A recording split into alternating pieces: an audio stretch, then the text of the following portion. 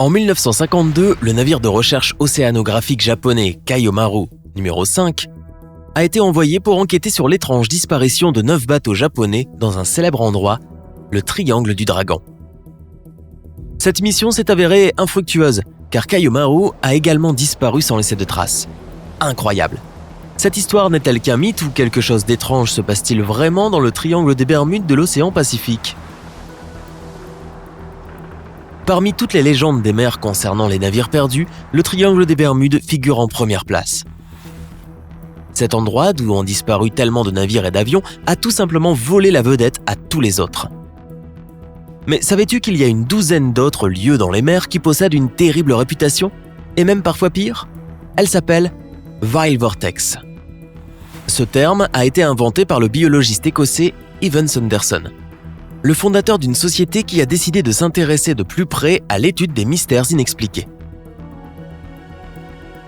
Il a défini ces 12 Vile Vortex comme une anomalie géométrique, car ces lieux sont tout aussi également éloignés les uns des autres et entre eux. Cela ressemble à un icosahèdre presque parfait lorsqu'on les superpose sur la carte du monde. Tous ces endroits sont connus pour leurs histoires de personnes disparues et parfois même de navires entiers avec leur équipage, évanouis dans la nature. Pendant longtemps, Ivan Sanderson n'a pas pu trouver d'explication à toutes ces disparitions, même lorsqu'il a pu établir une carte claire des points dangereux. Cette forme géométrique formée par les mauvais endroits ne pouvait pas être juste une coïncidence. Et puis il a constaté que les Vile Vortex partageaient aussi souvent un autre point commun. Ce sont les endroits où les courants d'air chaud et froid, où les courants marins chauds et froids se rencontrent. Il en a déduit que ce type de collision pouvait produire des irrégularités électromagnétiques que l'on ne saurait pas encore expliquer scientifiquement. Bien sûr, les affirmations de Sanderson n'ont pas été acceptées par tout le monde, mais une chose est sûre, personne ne peut affirmer qu'il ne s'agisse que d'une simple superstition. Ces endroits sont bien réels et ils sont vraiment coupables d'innombrables disparitions mystérieuses. L'un de ces lieux est même tellement terrible qu'il est étonnant qu'il n'ait pas encore acquis la même réputation que l'horrible triangle des Bermudes. Il est situé de l'autre côté du globe, à l'opposé du triangle des Bermudes, près de Tokyo, au Japon. Tout au long de l'histoire, il a reçu des noms terrifiants comme la mer du diable, le triangle des Bermudes du Pacifique et le triangle du dragon. Les Japonais l'appellent Mano Umi, ce qui signifie mer mauvaise. Même si beaucoup d'autres endroits autour des îles japonaises méritent ce nom, le triangle du dragon reste le plus connu et le plus redouté de tous. En raison du manque de données, il est difficile de déterminer avec précision où commence et où finit le triangle du dragon, mais on suppose qu'il se trouve dans une zone des îles Izu, au sud de Tokyo. C'est là que les marins de l'Antiquité ont commencé à raconter avoir vu des lumières dans l'eau et des mouvements inexplicables à la surface de la mer. Parfois, des vagues géantes surgissaient de nulle part, et parfois des typhons apparaissaient en quelques minutes après un beau ciel bleu. En fait, c'est la raison pour laquelle ce Vile Vortex a d'abord été nommé le triangle du dragon. À l'époque, les pêcheurs locaux croyaient qu'il y avait un dragon de mer qui vivait dans les profondeurs près des îles Izu. Ils pensaient que la volonté du dragon pouvait invoquer des typhons, que ses mouvements libéraient d'énormes vagues et que son souffle magique était à l'origine de ces lumières et des bulles de gaz géantes qui sortaient à la surface. Ou peut-être que le dragon avait pété.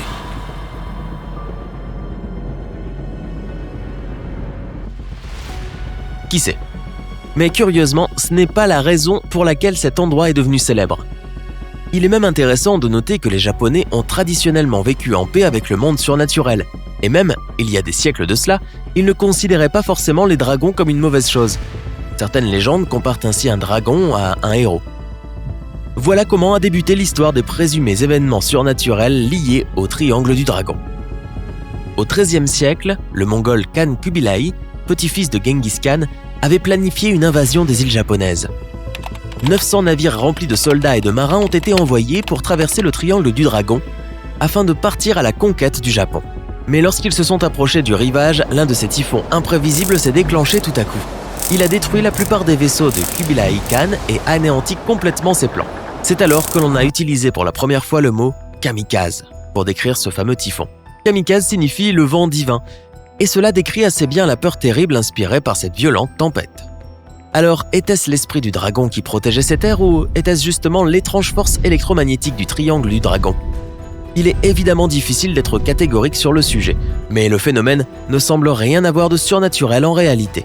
Les Mongols étaient des guerriers nomades expérimentés, excellents avec leurs arcs, leurs flèches et leurs puissants cavaliers. Mais clairement, les mers n'étaient pas leur terrain de prédilection. Alors voilà, si l'on garde en tête que les typhons autour du Japon ne sont absolument pas rares et que les Mongols n'étaient pas franchement meilleurs pour naviguer, on se trouve juste face à un événement naturel parfaitement explicable. Mais ce n'est que le début de l'histoire du triangle du dragon. Sa très mauvaise réputation est surtout née en 1974 quand un écrivain et enquêteur du surnaturel, Charles Berlitz, a publié son livre The Bermuda Triangle. Selon Berlitz, il y a eu 9 étranges disparitions dans les années 1950 à l'emplacement du triangle du dragon. Tous les navires manquants étaient des bateaux de guerre japonais modernes et bien équipés, et en plus le temps était beau. Ils n'ont pas pu juste disparaître sans laisser de traces.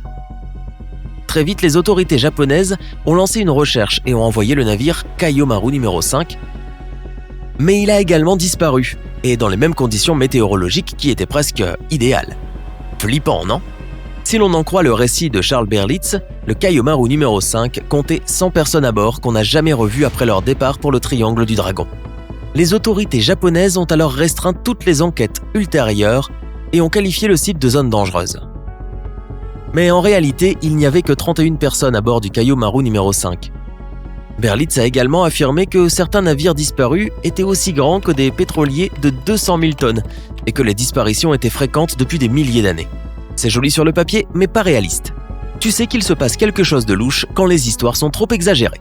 Et pour être juste, la chose la plus paranormale dans toute cette histoire, c'est le nombre de personnes qui y ont cru. La seule personne suffisamment sceptique pour mener sa propre enquête sur les événements était un modeste bibliothécaire, Larry Kusch. En 1974, il a publié un livre intitulé The Bermuda Triangle Mystery Solved. Dans ce livre, il démystifiait de nombreuses histoires liées au triangle des Bermudes, sans omettre de se pencher de nouveau sur le triangle du dragon de Berlitz. Il a essayé à de nombreuses reprises de contacter les autorités et les journaux japonais, mais il n'a rien trouvé sur le triangle du dragon. Cette zone, et tous ses dangers supposés, étaient presque complètement inconnus au Japon. De plus, Kusch s'est en fait rendu compte que les 9 navires disparus près de l'île Izu, dans les années 50, étaient tous de petits bateaux de pêche, les plus vulnérables du monde. À l'époque, ces navires étaient mal équipés et certains d'entre eux n'avaient aucun moyen de transmettre un signal SOS. Quand ce genre de navire coule, ils disparaissent juste comme ça, fini. Mais que savons-nous du destin tragique de Kaiomaru numéro 5 ? Ce vaisseau, lui, était sûrement bien préparé pour tout. Et pourquoi aurait-il été envoyé là-bas s'il ne se passait rien d'étrange ? Tout d'abord, ce vaisseau de recherche n'enquêtait pas sur les disparitions des autres vaisseaux, non. Il avait été envoyé pour faire un relevé de routine de l'activité volcanique dans la région. La deuxième chose, et la plus importante, c'est que lorsque le navire a été retrouvé plus tard, il s'est avéré que sa disparition était en réalité due à une éruption volcanique soudaine et violente. Alors, pas de mystère ici ? Pas vraiment, non. Il semblerait qu'il n'y ait rien de surnaturel ici. Cependant, n'oublions pas la chose la plus mystérieuse qui soit, la nature elle-même. Je n'ai pas oublié la partie sur tous les anciens témoignages sur les lumières dans l'eau et les phénomènes étranges à la surface de l'eau. Ils ont aussi une explication et très cool en plus. Le Japon est situé sur des volcans. Toutes ces îles sont le produit de leur activité souterraine. D'innombrables petits ports volcaniques sont dispersés au fond de l'océan autour du Japon. Leurs éruptions ressembleraient à des éclairs de lumière venant de sous l'eau. L'eau ferait des bruits et serait agitée de mouvements, comme si quelque chose bougeait et rugissait dans ses profondeurs. De plus, les éruptions peuvent perturber les vastes dépôts d'hydrate de méthane qui se trouvent au fond de la mer. Ici, ils sont compactés par la haute pression et les basses températures, et ils ressemblent à de la glace. Mais si cette substance remonte à la surface et atteint 18 degrés Celsius, alors elle se transforme rapidement en gaz. Vu depuis la surface, on dirait que la mer avale tout ce qui a la malchance de passer au-dessus de cette bulle de gaz géante. Donc finalement, ce n'était pas un pet de dragon. Ok, dommage.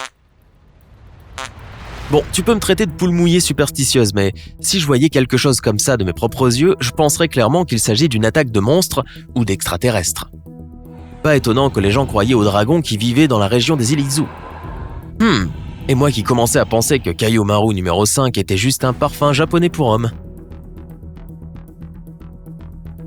Quoi qu'il en soit, l'histoire nous rappelle bien qu'il n'y a pas de mystère que nous ne pouvons résoudre si nous essayons vraiment. As-tu déjà démystifié une histoire de quelqu'un et comment tu l'as fait? Fais-le moi savoir dans les commentaires. Si tu as appris quelque chose de nouveau aujourd'hui, donne à cette vidéo un j'aime et partage-la avec un ami. Mais ne disparais pas tout de suite, nous avons plus de 2000 vidéos sympas à te montrer. Tout ce que tu as à faire, c'est de choisir la vidéo de gauche ou de droite et de cliquer dessus pour en profiter. Reste du côté sympa de la vie.